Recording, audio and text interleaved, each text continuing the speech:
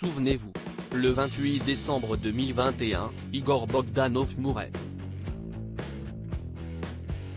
6 jours plus tard, son frère, Grishka rendait son dernier souffle, le 3 janvier 2022.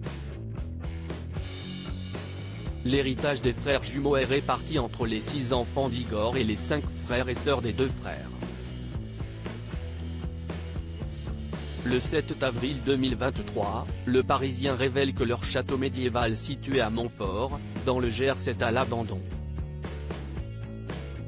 Acheté par les 2 présentateurs télé spécialisés dans les sciences de l'univers en 1986 pour la somme de 280 000 €, l'immense bâtisse est en ruine. Depuis qu'ils sont morts, personne ne semble s'en occuper. D'après nos confrères, le domaine menacerait même de s'écrouler.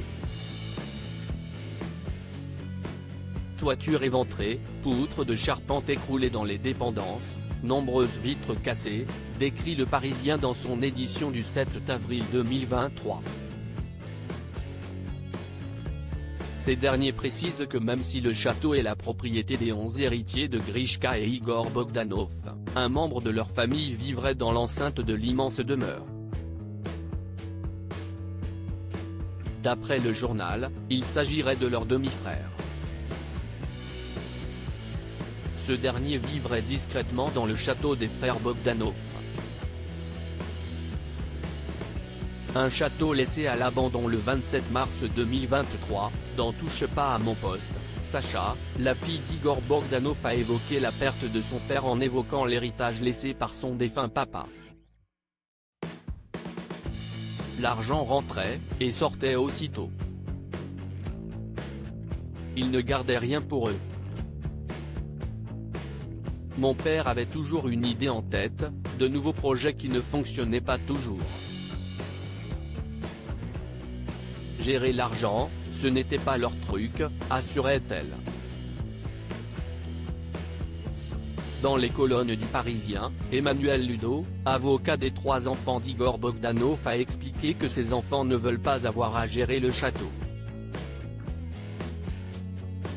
Les enfants veulent demander la mise sous tutelle du château à l'État, qui se chargerait de la rénovation, a-t-il fait savoir, et d'ajouter qu'il souhaite rapidement vendre le domaine.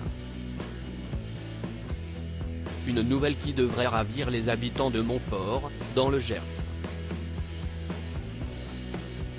L'état de ce château, si est une catastrophe.